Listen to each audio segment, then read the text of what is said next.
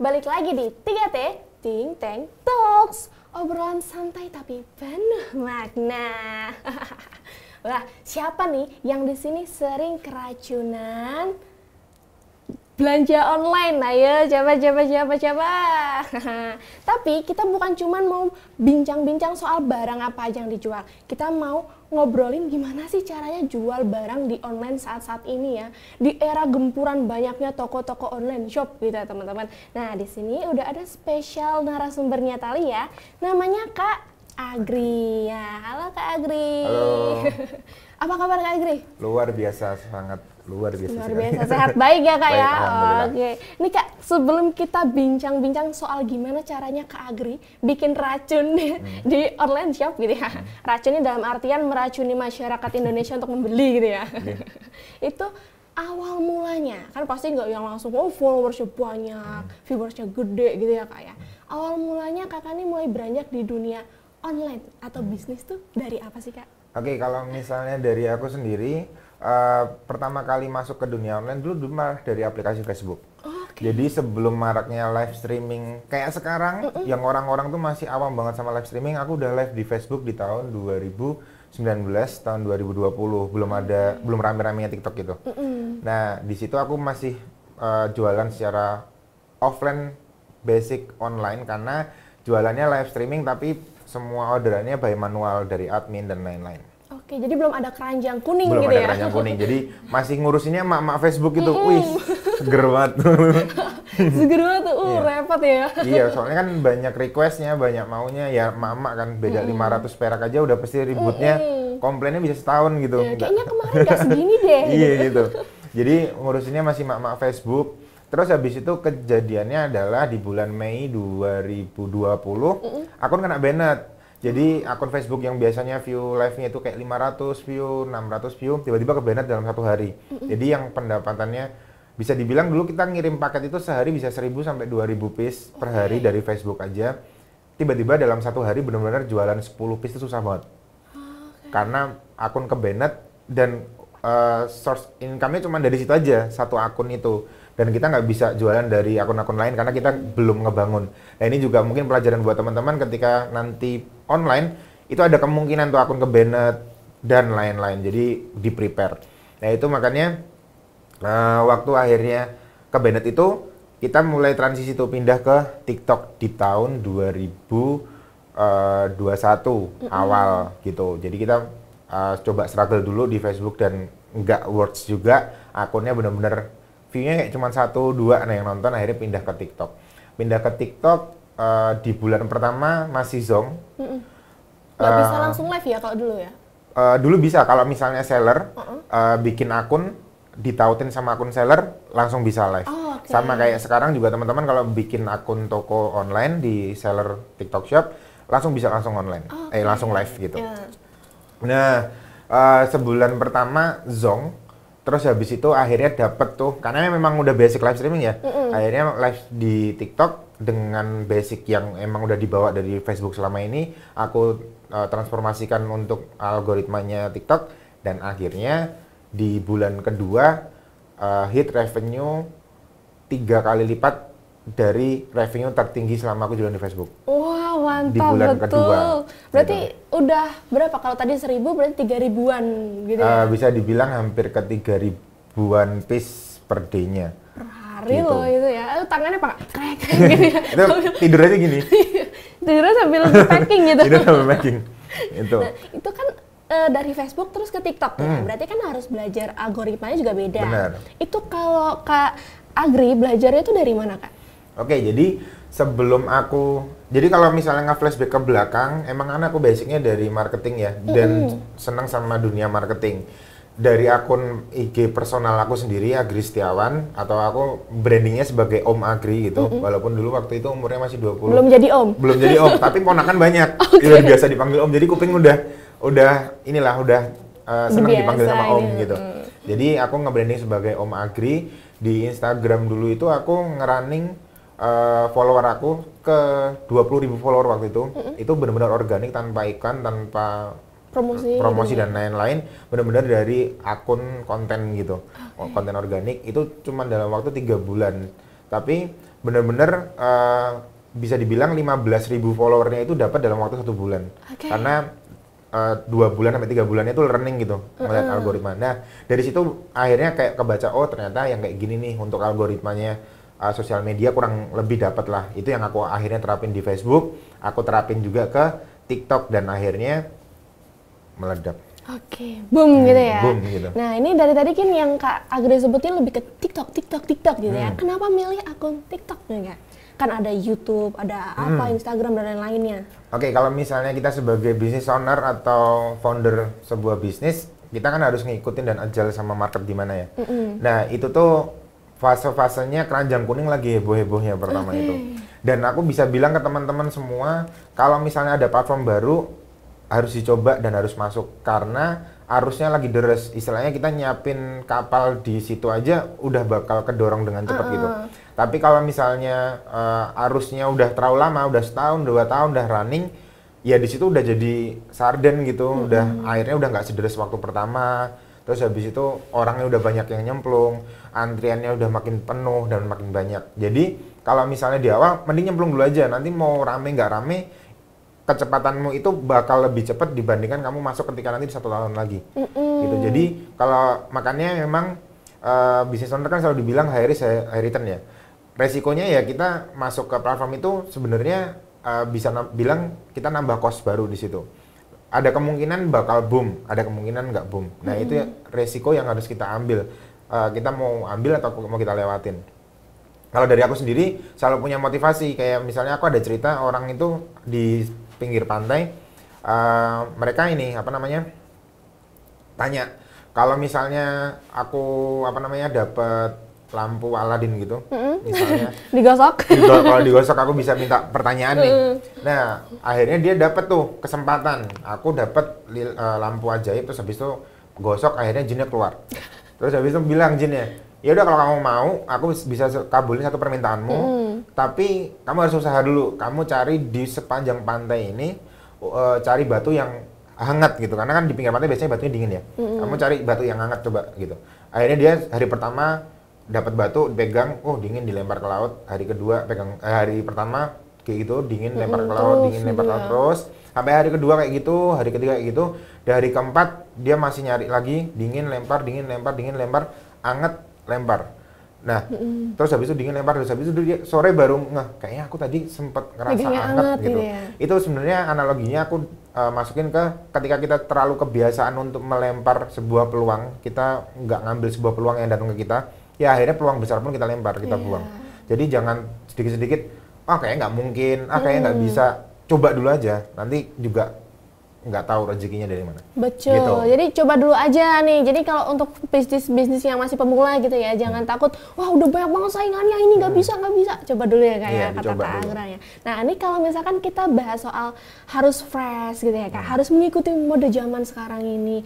Gimana caranya kakak tuh bisnisnya bisa dibangun tuh seiringan dengan perkembangan saat ini? Ya mulai dari idenya, konsepnya, barang jualannya. Nah itu gimana Kak? Kalau misalnya untuk ngikutin market, sebenarnya simpelnya kita dengerin market sih. Dan lebih gampangnya itu kalau misalnya kita jualan by live streaming, itu kan kita real time ya, langsung berkomunikasi sama audiens. Mereka ngomong, Kak bikin yang kayak gitu, bikin yang gini. Nah, kalau misalnya dari aku sendiri, coba di-maintain untuk audiens yang masuk ke dalam live streaming. Biar mereka juga, kita bisa tampung masukannya apa. Dan itu yang kita bisa jadiin nanti rumusan untuk nanti research and development product. Gitu. Biar dapat produk yang pas sama sistem yang pas. Karena semua sistem yang udah kita bangun sekarang, setahun lagi atau berapa bulan lagi itu udah nggak works. Udah beda tren. Udah beda tren. Contoh kayak misalnya zaman dulu misalnya hotel nggak nyiapin air hangat tuh kayak ya udah gitu. Yang penting ada kolam renang dulu kan kayak gitu. Tapi kalau zaman sekarang nggak ada kolam renang, yang penting ada air hangat. Ada air hangat, di dalamnya ada wifi. Dulu nggak ada wifi juga nggak masalah. Tapi sistem kan selalu berubah. Akhirnya kita harus agile. Bukan berarti sistem yang bagus sekarang akan selamanya bagus. Semua pasti memperbaiki dan semua pasti menyesuaikan sama marketnya. Nah, yang jadi masalah adalah kita nggak pernah dengerin marketnya apa. Dan kita sendiri sebagai brand owner nggak suka sama produknya kita atau nggak mengkonsumsi produknya kita. Walaupun aku nggak pakai dasternya dari aku, cuma aku selalu bilang istriku untuk pakai. Jadi dia akan tahu sekarang kayak gimana. masih lucu nggak sih desainnya, warnanya, Bahannya. feel-nya, bahannya dan lain-lain gitu. Oke, berarti sangat amat mendengarkan suara-suara plus 62 ini ya. Sangat. Untuk bisa berkembang terus-terusan ya Kak. Nah, Betul. tapi kalau dari Kakak sendiri kan yang di manajemen berarti bukan cuma dalam segi produk ya, tapi juga kru kreatifnya. Nah, gitu. Bikin ide-idenya tuh ngambilnya dari mana tuh Kak biasanya? Oke. Apa AI? Jadi kalau misalnya untuk ide konten, kalau misalnya dari ide konten sendiri, teman-teman Gen Z dan ke bawah ini sebenarnya kan kreativitasnya lebih daripada kita yang milenial dan ke atas ya.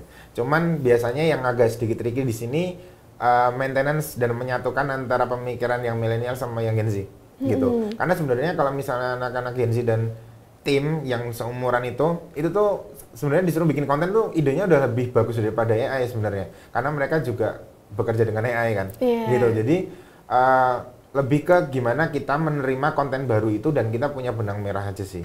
Benang merahnya yang pas, ini boleh, ini nggak boleh, gitu. Jadi dari teman-teman dan tim juga tahu konten apa yang bisa di-running, konten apa yang nggak bisa di-running. Terus kalau misalnya untuk konten apa sih yang, ide konten apa yang biasanya diambil? Pertama kita bisa lihat dari kanan kiri, yang lagi rame apa.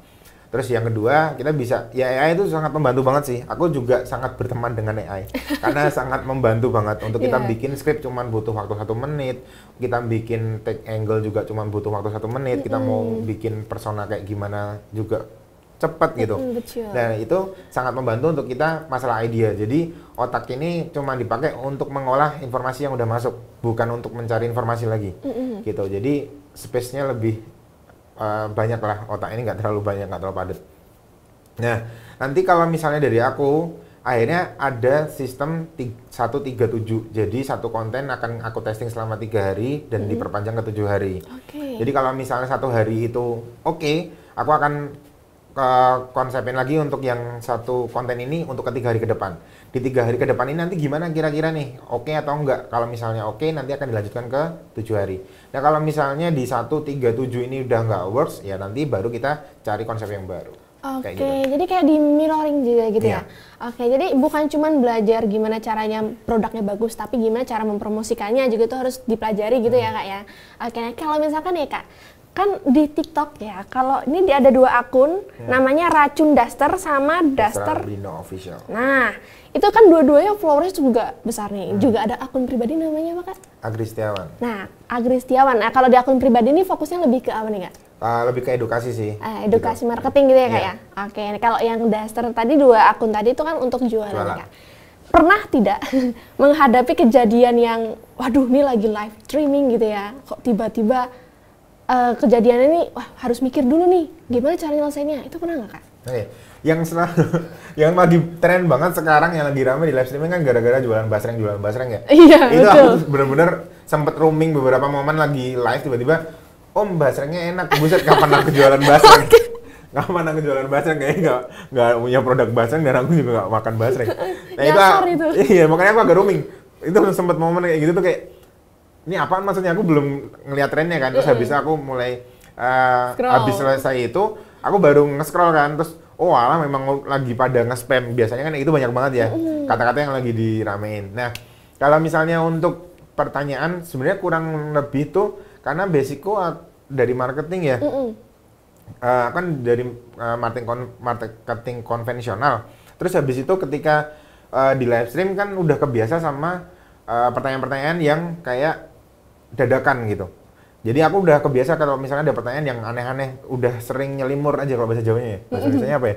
Jadi udah sering nyelimur aja kalau misalnya ditanyain terus nggak ngerti, terus habis itu bisa muter kemana gitu. Jadiin guyonan gitu ya. Gitu. Jadi nggak pernah ada masalah yang belum pernah terjawab gitu. Dan selama ini karena emang udah berarti hampir berapa tahun ya? 8 tahun nyemplung di dunia sosial media dan marketing sales gitu. Jadi kalau untuk masalah ditanya cara jualan, algoritma, itu kurang lebih udah ada patternnya, udah ada polanya, jadi udah nggak ribet lagi. Jadi kalau mau ditanyain di mana aja, tiba-tiba dadakan, Om kalau kayak gini gimana? Ya aku udah bisa jawab. Terutama aku juga ada kelas coaching juga untuk konsultasi bisnis, itu juga ya sering banget pertanyaannya aneh-aneh gitu. Apa aja tuh pertanyaan aneh-anehnya tuh? Kayak misalnya, Om aku nggak mau live, aku nggak mau konten, tapi aku mau cuan gitu.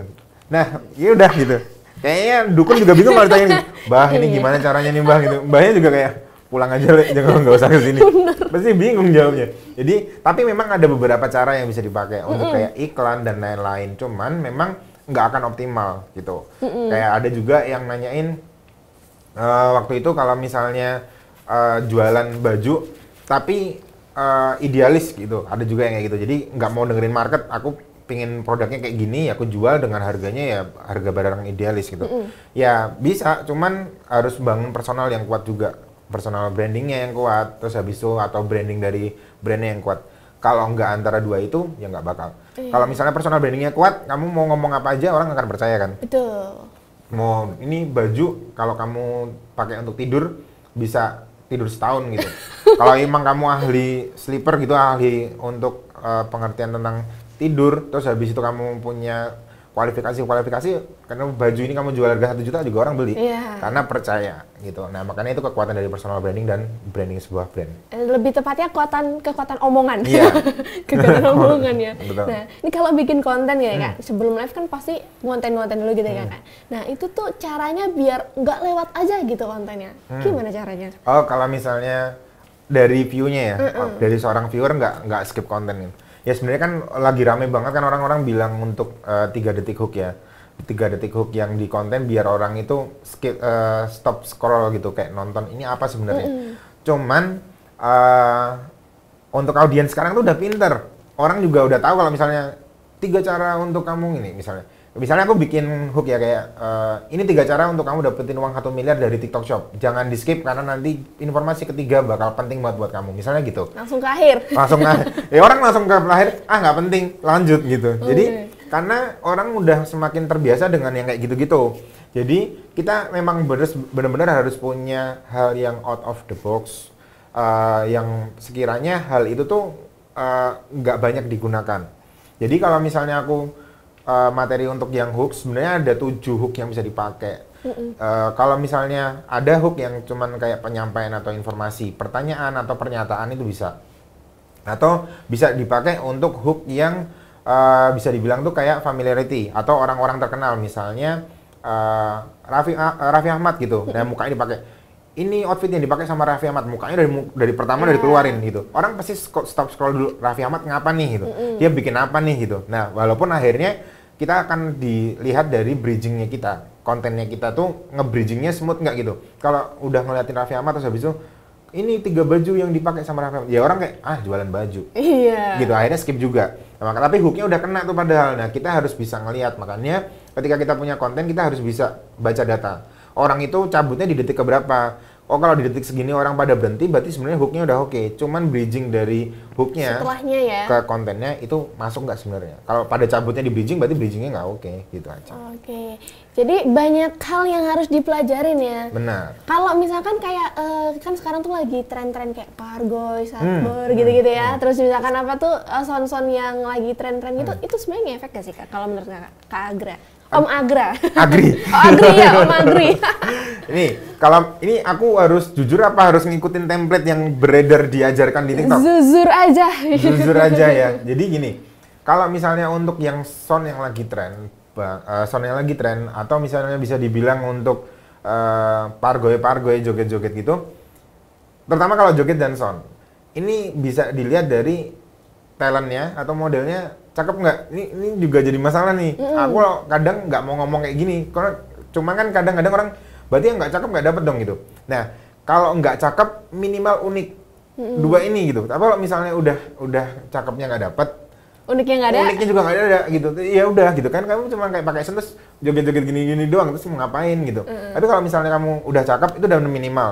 Kalau misalnya ditambah kamu udah cakep, mau menghasilkan yang unik, nah itu udah poin plus. Tapi kalau misalnya nggak cakep, ya minimal cari keunikanmu apa gitu. Makanya kan ada yang Pargoy terus habis itu dia kejang-kejang gitu yang apa sih? Itu ya ini kan yang kejang-kejang di mall, kejang-kejang di mana? Itu unik gitu. Ya nggak harus cakep tapi dia punya keunikan gitu. Akhirnya dia diikutin. Sama kayak host live juga kan banyak banget host live yang gede gitu. Ya ada yang penampilannya menarik, ada yang biasa aja dari sisi penampilan, tapi pembawaannya unik, menarik, entertaining gitu, jadi orang nonton. Jadi pilihannya cuma 2, kamu sebenarnya kalau misalnya udah cakep, ya udah kamu mau ngapain aja terserah deh. Udah. Tapi kalau misalnya enggak, minimal unik, keunikannya harus dapat dulu. Kalau nggak ada keunikan juga, ya udah jangan berharap dari TikTok untuk FYP gitu. Kamu cuman jalanin konten aja, tunggu siapa tahu lagi ada rezekinya gitu. Iya kan? Jadi kalau unik siapa tahu mau live sambil kayang gitu. Boleh itu. Boleh. Apalagi sekarang di banyak banyak banget yang ada kucingnya gitu ya, ada apanya. Yang jualan celana gede terus habis itu dia celananya dimasukin bantal guling jadi, gitu. Terus dia joget-joget gini, bantal celananya sebesar ini. Itu kan juga unik. Jadi hal-hal unik itu nggak perlu yang ribet dan memalukan gitu. Jadi yang penting out of the box dan orang itu kayak apa nih gitu. Ini kan konten-kontennya udah viewersnya besar-besar ya Kak ya, terus juga followersnya besar, kontennya juga ramai gitu. Itu kalau dari segi manajemen barang-barangnya gitu, nih gimana cara masuknya, alurnya, keluarnya, packing dan segala macamnya, itu gimana Kak?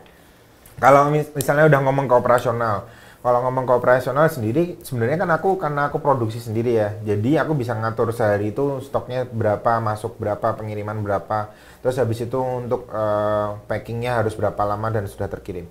Sebenarnya kalau misalnya kita ngomong dari TikTok Shop sendiri, ini kan ngomong bahasnya dari TikTok Shop ya, untuk penjualan di TikTok Shop itu kan sudah ada 3 takaran yang harus dijalani untuk operasionalnya, untuk nentuin rating bintang tokonya kita. Jadi kalau misalnya yang pertama itu kan udah pasti untuk ulasan produknya, yang kedua untuk dari respon chatnya, yang ketiga untuk pengiriman. Nah yang untuk pengiriman ini udah ada jamnya, memang udah ada termnya, tapi banyak seller yang nggak paham, yang penting hari itu dikirim gitu, padahal ada jam-jamnya, sebelum jam segini sudah harus terkirim. Nah itu yang biasanya jadi ratingnya jadi turun atau jelek gitu. Jadi emang udah ada part-partnya, jam segini packingnya tuh udah harus di-scan sama ekspedisi gitu. Kalau misalnya jam segitu, lewat semenit aja itu udah dianggap terlambat secara sistem, walaupun bukan terlambat untuk dibatalkan, tapi untuk secara rating toko, kamu dianggap tidak cepat dalam gitu. Jadi makanya ada seller-seller yang besar yang penjualan udah ribu-ribuan gitu, bukannya mereka nggak mau jualan, tapi mereka takut nggak kekirim gitu. Misalnya kayak ada salah satu seller besar, dia itu sejam live udah kejual hampir 7.000 piece.